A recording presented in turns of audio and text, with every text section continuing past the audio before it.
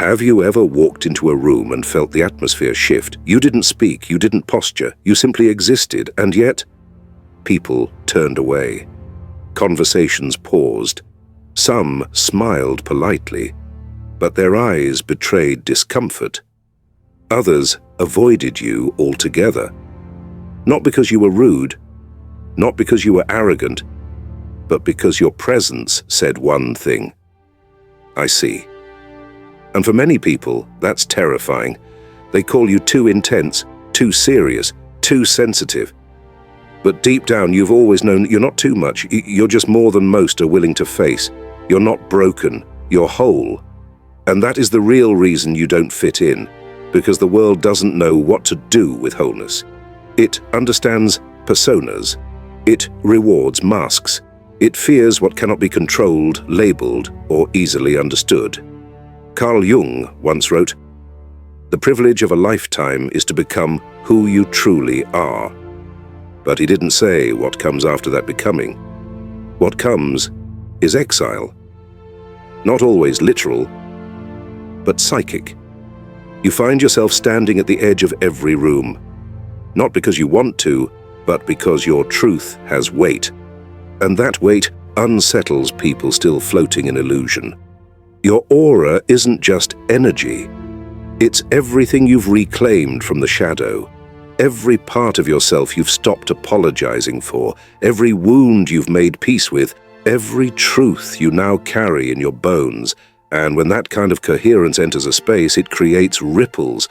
Your silence becomes a challenge. Your groundedness becomes a mirror. Your very presence reveals what others are running from. It's not just mysticism. It's not some magical glow. It's psychology. It's resonance. It's the unconscious finally meeting itself in another. When you integrate the shadow, when you stop performing, when you become aligned instead of liked, you begin to emit something that cannot be faked: psychic integrity. And that integrity? It speaks before you do. So if you've been told you're hard to read or that people just don't know how to act around you, this message is for you. Because what you're experiencing is not rejection, it's recognition of the kind of power that makes people feel naked without you ever touching them. Let's talk about that. Let's talk about why your aura is not a problem. Why being too much was always the path to your freedom. Why the world trembles not at your darkness, but at your wholeness. Here are the 13 signs your aura is too powerful for most people. And sing number 1. The invisible signature, the aura they can't name, but feel. Anyway, your aura isn't a costume. It's not a glow someone painted on a chakra chart. It's not about colors or crystals or looking the part.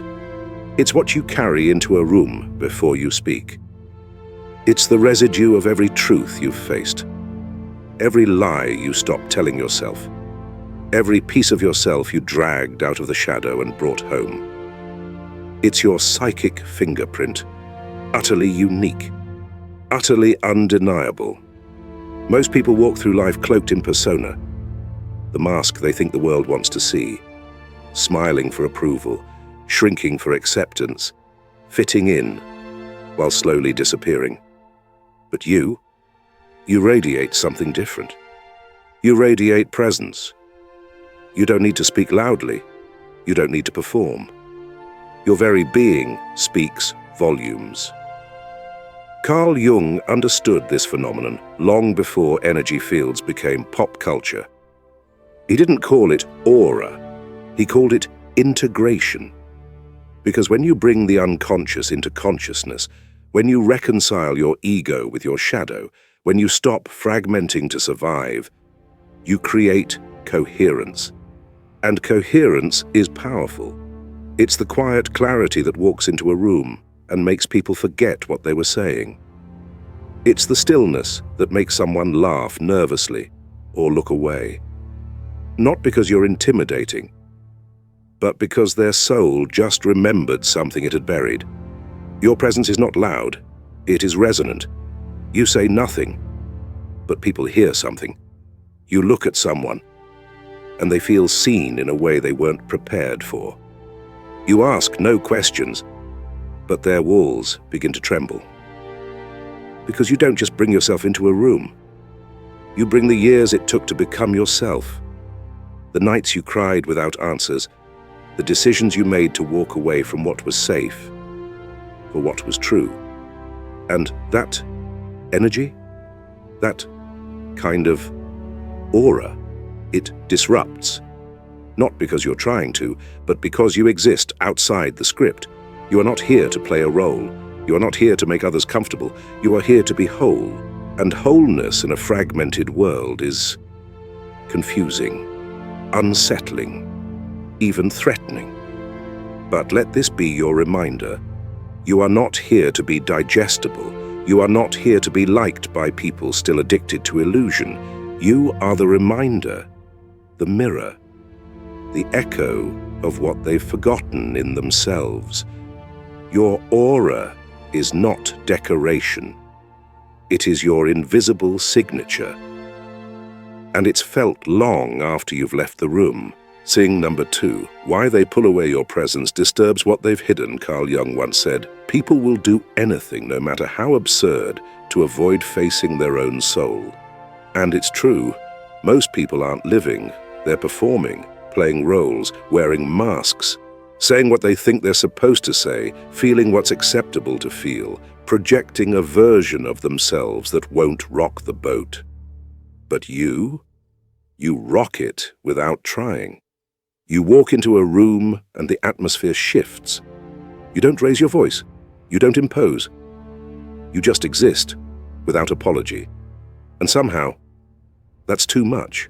Why? Because your energy is raw, unfiltered, integrated, and that energy forces others to feel their disconnection. Your grounded presence makes others aware of their chaos. Your stillness amplifies their anxiety. Your clarity reveals their confusion. Your truth echoes through their illusions like a crack in the glass. They may not know what's happening on the surface, but their unconscious knows, and the unconscious doesn't lie. They start fidgeting. They avoid eye contact. They accuse you of being too intense, too quiet, too serious. As if your mere presence is a challenge they didn't sign up for. But here's the truth. You're not trying to confront them. You're not judging them. You're not even engaged with them. And still, your authenticity becomes confrontation. Because your energy is not curated. It's not seeking approval. It's not playing by the social script. You are the living embodiment of inner work, of shadow met, ego softened, truth reclaimed. You are the mirror. And what happens when people see their reflection, without the distortion? They recoil, they get defensive, they project. They say, you think you're better than everyone, or you're too emotional, or you're not fun anymore. What they really mean is, I don't know who I am when I'm not pretending. And being around you forces me to remember that. See, when your aura is powerful, it disturbs not by force, but by frequency. Your vibration touches theirs. And if they've been avoiding their own soul, if they've locked their pain in a basement, if they've never asked, who am I beneath the mask? Then you become unbearable, not because of who you are, but because of who they're not ready to be. You are a reminder, a disruption, a reflection of something ancient and sacred. You don't need to chase love, or shrink, or explain. Let them pull away. Let them misunderstand you. Because every time someone rejects your truth, you become more aligned with it. And every time you choose presence over performance, you become a lighthouse for those still lost at sea.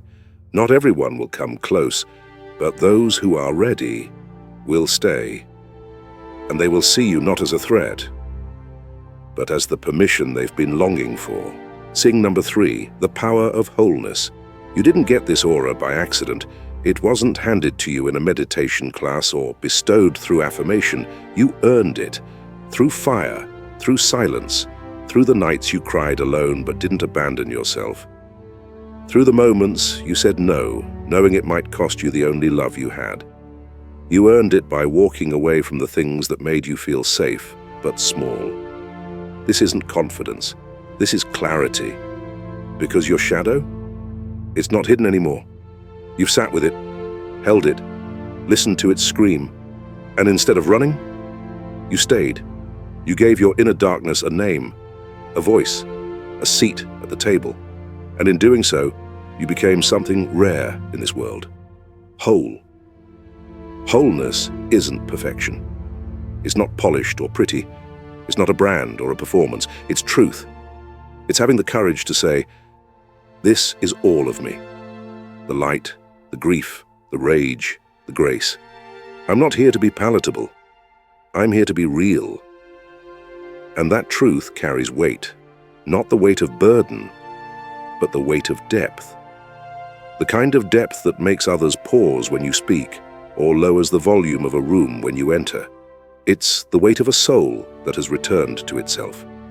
Carl Jung called this process individuation, becoming the self, not the mask, not the persona, not the child who played nice to be loved, but the one who remembers, the one who stopped asking to be chosen, because they chose themselves.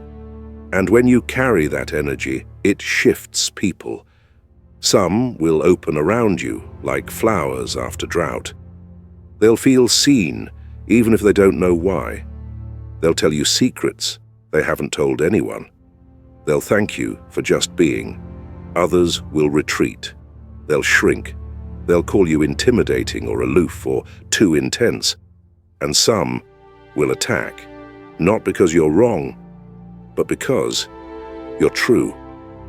Your very being confronts the parts of them they've refused to face. And that confrontation? It's not neutral. It stirs something ancient, unconscious, sacred.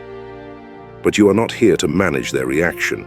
You are here to embody your reality, to stay aligned, because your wholeness is not the problem. It's the invitation to stop performing, to stop chasing, to return.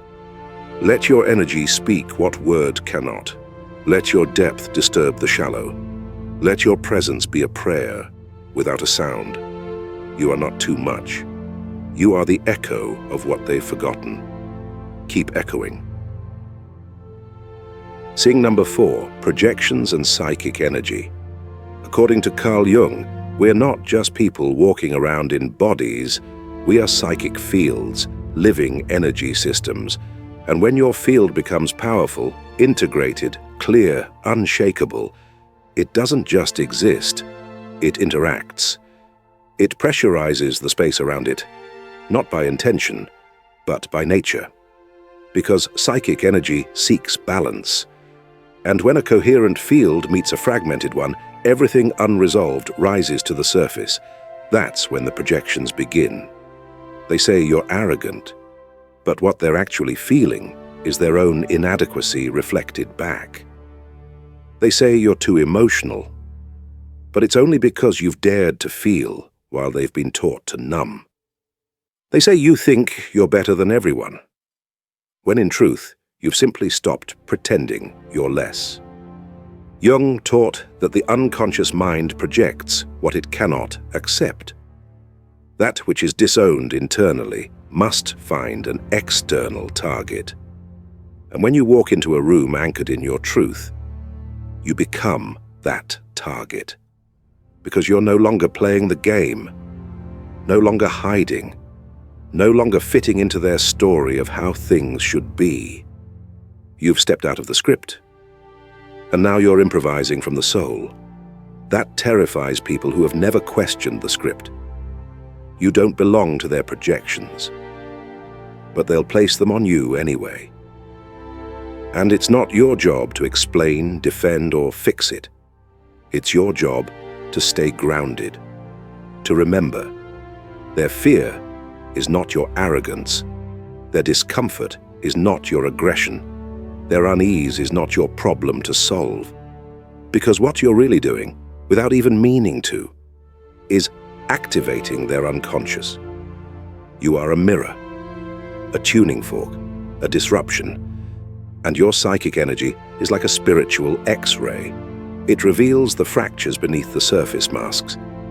This is why you must protect your field, not by shrinking, but by clarifying, not by softening truth, but by anchoring it with compassion. And compassion doesn't mean coddling people's illusions. It means holding your center while allowing them the dignity of their own process. Because no one wakes up by accident, only by pressure. And sometimes you are that pressure. Your aura, your frequency, your coherence. It rearranges the unspoken energy in a room. It makes people feel something. Often, something they didn't want to feel. And in that discomfort lies their chance to see, to question, to awaken. You are not their savior, but you might be their trigger. Let that be okay. Because, as Jung wrote, everything that irritates us about others can lead us to an understanding of ourselves. So let them be irritated. You're not here to be liked. You're here to be real. And realness is rarely met without resistance. Sing number 5. Archetypes awakened. Carl Jung didn't just believe in the personal unconscious. He introduced us to something deeper, the collective unconscious, a vast inner library, ancient and universal, filled with what he called archetypes, the timeless patterns of human nature. The healer, the warrior, the sage, the lover, the rebel, the seer. They live inside all of us, dormant, waiting, whispering. And when you walk into the room, not with performance but with presence, you activate them, not through force, but by being. Your energy stirs the unconscious. You awaken something older than memory. Suddenly, people don't see you. They feel something through you. Your stillness activates their forgotten longing for peace. Your depth echoes the voice of the elder they've never met. Your truth becomes the mirror of everything they've buried, and it shakes them. Not because you've done anything wrong, but because you've reminded them of who they were before they forgot. Your aura may carry the sage, so people feel both awe and inadequacy around you. You may embody the warrior, and suddenly others feel either challenged or inspired to rise. You may walk in the energy of the healer, and people begin to cry without knowing why. This isn't charisma. This is archetypal resonance. It's not personal. It's primordial. People feel as though they've known you forever, or want to run from you instantly. Because you're not just touching their story, you're tapping into something older, something ancestral, something unspoken, and those who have built their lives on roles, masks, and social scripts, they don't know where to place you. You don't fit in their boxes. You don't perform on cue. You don't play small to make them comfortable. You just are. And in a world trained to fear its own unconscious, your grounded presence feels revolutionary. They can't label you, so they misunderstand you. They can't predict you, so they mistrust you. But the archetype you carry wasn't meant to be liked. It was meant to disrupt, to awaken, to invite. So, when someone looks at you with confusion, admiration, or fear, take a breath. You are not being rejected. You are being recognized as something older, something deeper, something they've forgotten to remember. This is the cost and the calling of becoming whole. You walk the earth not just as yourself, but as a reminder, a living symbol, and your very existence whispers into the collective psyche. Wake up. There is more. Sing number 6. The burden of the light. You didn't ask for this. You didn't audition for the role of the mirror. But here you are, walking into rooms and watching the truth unravel in your presence. People confess things to you they've never spoken aloud. Their voice trembles, their eyes soften, and the stories begin to pour out. Not because you pried, but because your energy says, it's safe to be real now. Others, they do the opposite. They pick fights, challenge your calm, test your kindness. They say things like, you think you're better. You're too sensitive. You're too intense. Number, you're just clear, and clarity is unbearable for someone still living in denial. Then there are the ones who vanish. No goodbye. No explanation. Just gone. Why? Because the light you carry exposed something in them they weren't ready to see. Your aura doesn't tolerate masks, not because you're trying to undress anyone.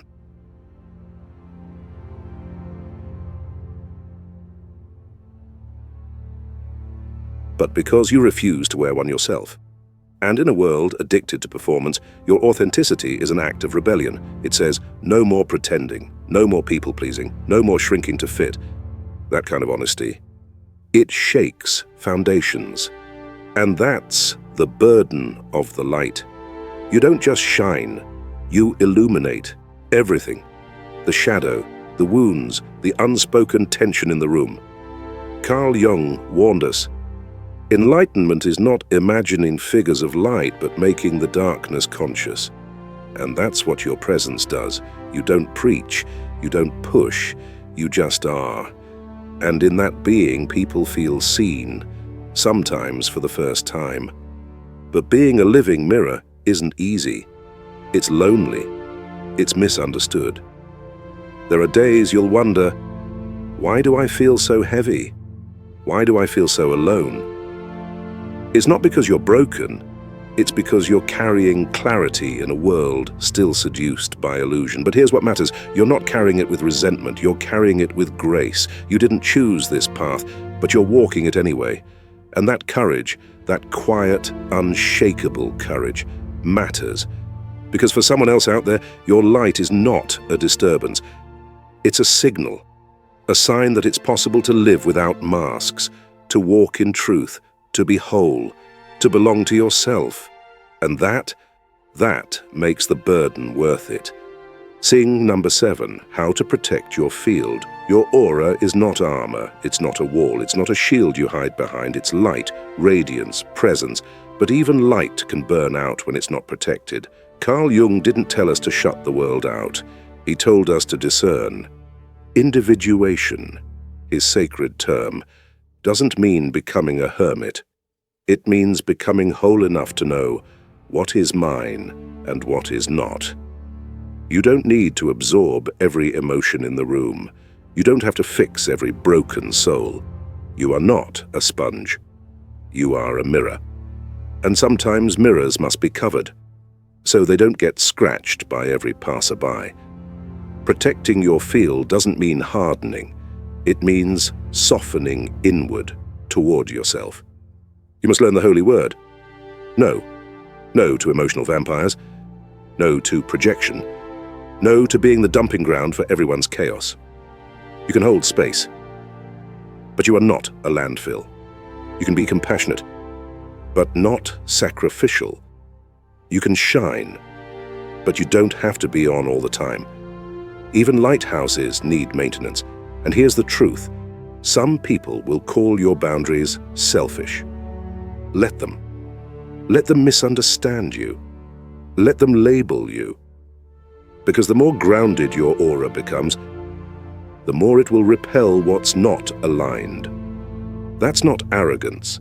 That's energetic hygiene. You've worked too hard, walked too far, healed too much, to now let someone drag you back into patterns that fractured you. Protecting your energy is not a luxury. It is a sacred responsibility. There will be times you feel guilty. When your old self whispers, "Be nice," but you are no longer interested in being nice at the cost of your soul. You're not here to be digestible. You're here to be true. And sometimes truth is uncomfortable. Sometimes clarity causes chaos. And that's okay. You are not responsible for others' discomfort in the presence of your light. You are only responsible for not dimming it to keep the peace. If someone cannot handle your frequency, it's not your job to lower it.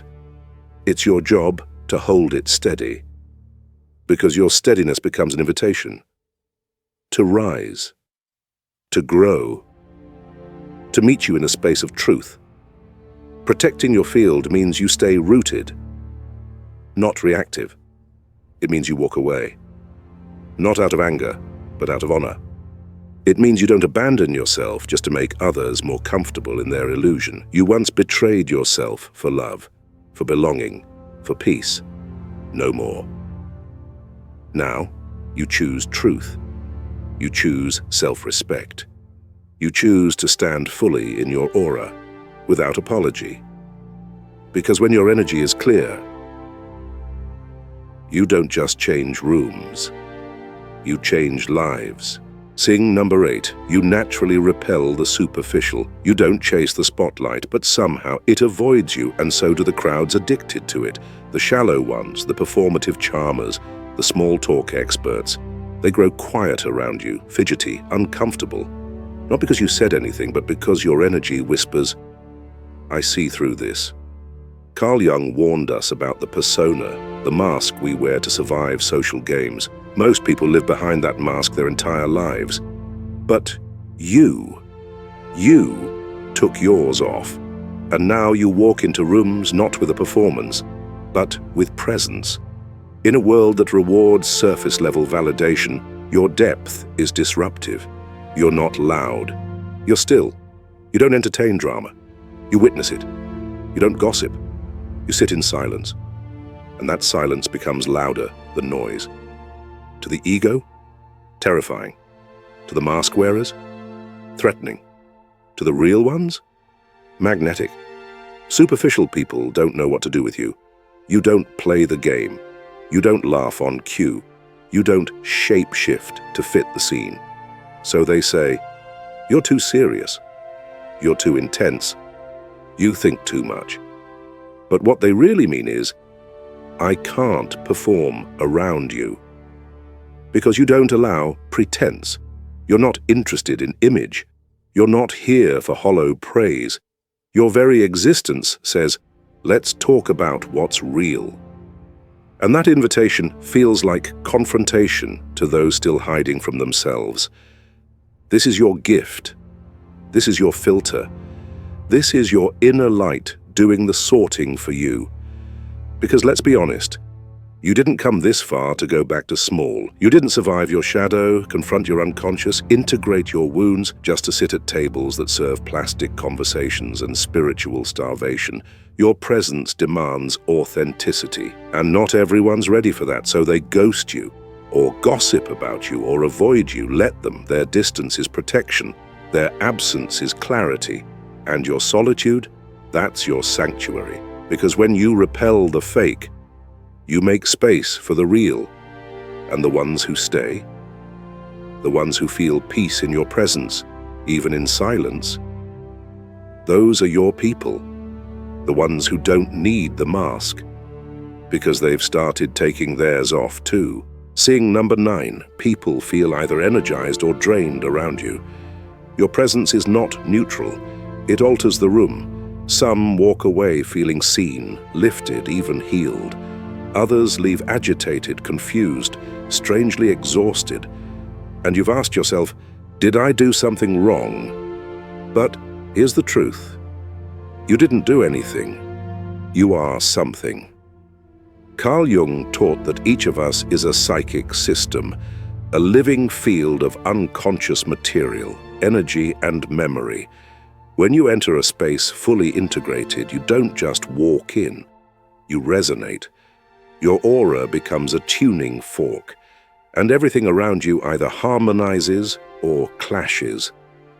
Some people are starved for realness. When they meet your presence, they drink it like water. They feel grounded, inspired, at peace. Others, they flinch. Because your calm confronts their chaos, your steadiness exposes their imbalance, your self-awareness makes them feel lost. You don't mean to disrupt, but your energy amplifies what's already there. If someone is fragmented, repressed, wearing masks, they feel it in their bones. They project it onto you. You're too much. You're draining. You're intense. But it's not you. It's their unresolved energy reacting to your clarity. Think of it like this. You're the lighthouse. Some ships are guided by you. Others are blinded because they've been sailing in fog too long. And you? You feel the cost of both. You leave some conversations feeling full, electric. Others leave you tired, hollow, like you've been holding space for wounds that don't belong to you. That's the paradox of a powerful aura. It heals, and it triggers. And here's the key: discernment. Know who charges your field, and who plugs into it like a dying battery. You're not here to be a spiritual power outlet. You're not a free source of psychic electricity. So ask yourself, did this exchange expand me or empty me? Because if it costs your peace, your center, your light, it's too expensive. Jung once said, "You are not what happened to you. You are what you choose to become." And now, you are choosing to become aware. To notice the subtle shift in energy. To track how your body feels after an encounter. To stop shrinking so others won't feel small. You are not responsible for how your light affects the unready. You're only responsible for keeping it lit. Because in a world of scattered noise, your coherence is sacred. Sing number 10, you're often targeted by toxic individuals. You've done the work, you've faced the fire, you've integrated the shadow, and now your aura radiates clarity, integrity, truth. But there's a hidden cost to this light. It attracts the wounded, and sometimes the dangerous. Not because you're weak, but because your light is strong. And they want it. Carl Jung warned us, people will do anything to avoid facing their soul. And some would rather consume your clarity than confront their own chaos. So, they come to you. At first, they flatter. They lean in. They seem fascinated, enchanted, even grateful. But watch closely. Soon, the admiration shifts. They begin to test your boundaries. They drain your energy with endless crisis. They plant seeds of doubt. They twist your empathy into obligation. This is not love. It's possession, masquerading as connection. Toxic individuals are often cut off from their own power. They live in the shadow, projecting, manipulating, needing. And when they sense someone whole, someone who has done what they refuse to do, they latch on, not to learn, but to take. Your stillness makes them restless. Your boundaries feel like rejection. Your authenticity triggers their inner fraud. And so, they attack, or worse, they try to pull you down to their level. Why? Because your presence reminds them of who they could become. If only they were brave enough to change. But they're not ready. So instead of rising, they reach for your light with unclean hands. This is where your discernment must sharpen. You are not here to be drained. You are not here to be devoured. You are here to embody the wholeness they refuse to claim. Jung spoke of the persona, the mask we wear for the world. Toxic people live entirely behind it. But you've stepped beyond the mask, and that makes you unpredictable, uncontrollable, untouchable when you stay conscious. So if you've ever wondered, why do I attract chaos? Know this, it's not your fault. It's your field. It's your coherence in a fragmented world. The lesson? You are allowed to walk away, to protect your peace, to stop explaining yourself to people committed to misunderstanding you. Because not everyone who wants your light deserves your flame. Seeing number 11, animals and children are drawn to you. There's something about you, something that doesn't speak in words, but resonates in silence. You walk into a room, and the dog lifts its head. The cat, usually aloof, climbs into your lap. A child you've never met walks up and stares into your eyes like they've known you forever. No fear, no filter, just recognition. Carl Jung once spoke of the divine child, the untouched original essence within all of us. Children are still close to that essence. Animals never left it. They don't care about your social mask. They don't respond to your resume, your title, your reputation. They respond to your vibration. And if your aura is integrated, if you've done the inner work, faced your shadow, reclaimed your innocence, they sense it instantly. Because your energy is clean, not perfect, but honest. And honesty, in a world full of noise, feels like a quiet miracle. Children are still untrained in pretense. Animals still live in instinct. So when they are drawn to you, it means they feel safe. Not because you smile the right way, but because your presence says, I'm here, I'm grounded, I'm real. Some people spend their whole lives chasing external validation. But if babies rest their heads on your chest, if a cat curls at your feet, if a child opens up to you without fear, that's not chance. That's energetic truth being recognized. In Jungian psychology, the self is not just the conscious mind. It's the totality of who we are. Light and dark, adult and child, animal and spirit. When you align with yourself, you become more than a person.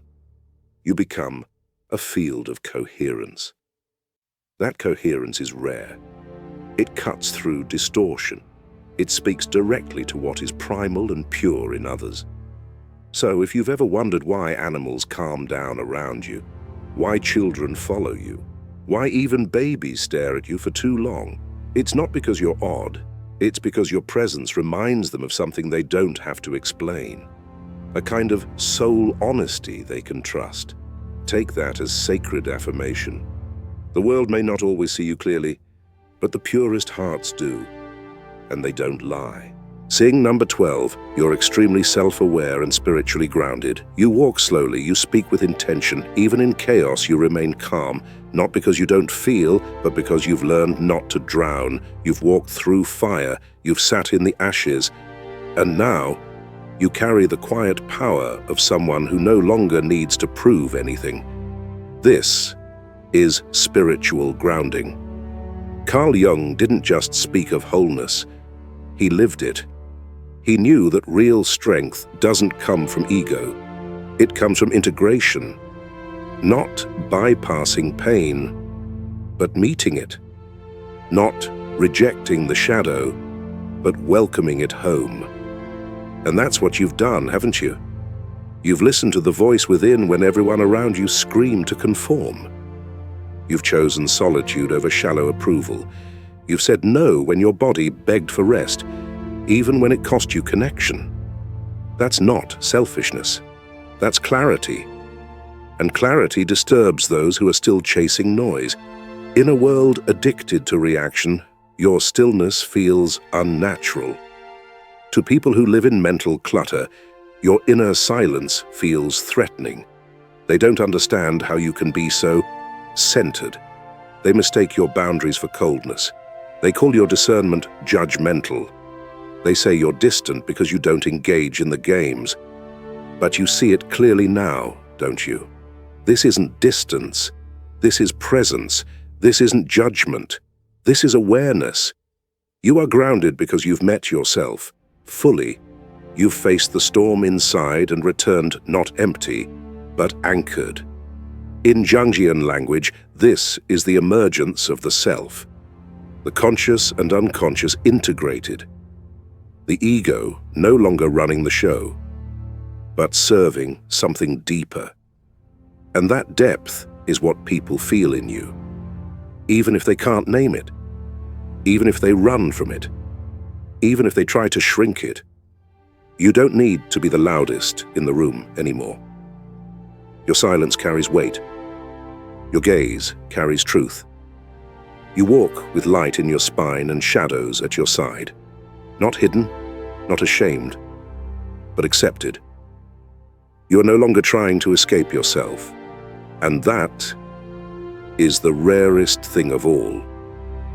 So, if people say you're too calm, too serious, too grounded, smile gently. It means your work is working. Sing number 13. You don't seek approval. You used to shapeshift, smile when it hurt, nod when you disagreed, shrink when you wanted to expand. Why? Because somewhere along the line you were taught that love meant approval, and approval meant safety. So, you became likable, palatable, predictable. You became the version of yourself that wouldn't make others uncomfortable. But it cost you. Carl Jung called it the persona, the mask we wear to survive society. Not a lie, but not the whole truth either. You wore that mask so long you forgot there was a face beneath it. Until one day the ache of hiding became greater than the fear of being seen. And so, you began to take it off, piece by piece. No more pretending, no more pleasing, no more trading your soul for a seat at someone else's table. And now, you don't seek approval, not because you've hardened, but because you've healed. You found something more sacred than validation. You found self-respect. That shift doesn't go unnoticed. To those still tangled in external identity, your clarity is offensive. To people still performing, your truth feels threatening. They call you selfish for choosing boundaries, cold for not explaining your every number, arrogant for walking away from disrespect. But that's not arrogance. That's sovereignty. You don't bend to be liked. You don't dim to be accepted. You don't perform to be loved. You've stopped auditioning because you've remembered. You are not here to be understood by everyone. You are here to be yourself. And that is the most powerful aura of all. In Jung's words, the privilege of a lifetime is to become who you truly are. You've claimed that privilege. And no, not everyone will applaud. But the right ones, the real ones, they will feel your vibration like a pulse in the air, not because you chased them, but because you became undeniable. So, let them say what they will. Let them label you too much. You are not here to be small. You are not here to be agreeable. You are here to be whole. If you've made it here, if every word felt like it knew your names, if something inside you whispered, yes, this is me, then this message is for you. You are not too much. You are not too intense. You are not too deep. You are exactly what this shallow world has forgotten, and exactly what it quietly yearns for. Your aura was not built overnight. It was forged in silence, in heartbreak, in choosing yourself again and again when the world gave you every reason not to. You do not walk with noise. You walk with knowing. You are not here to be understood by the many. You are here to awaken the few. And when you do, when your energy stirs something ancient in another soul, do not shrink. Do not apologize. Do not explain away the power you've earned. Jung said, one does not become enlightened by imagining figures of light, but by making the darkness conscious. You've done that. You've stood at the edge of your own shadow and chosen to stay, to face it, to love it. That's not weakness. That's initiation. So from this moment forward, walk with reverence. Protect your energy like the sacred flame it is. Let your aura speak when words are not enough. Let your presence remind others that truth is still alive in this world. You are not just a person. You are a lighthouse. You are a map. You are a mirror. And the world will tremble in the presence of someone who no longer seeks permission to be whole. If this message touched you, consider subscribing. This channel is a quiet space for deep souls, old souls, and those walking the path of healing. Your presence here matters. Subscribe, share, or simply stay. Your energy sustains this journey.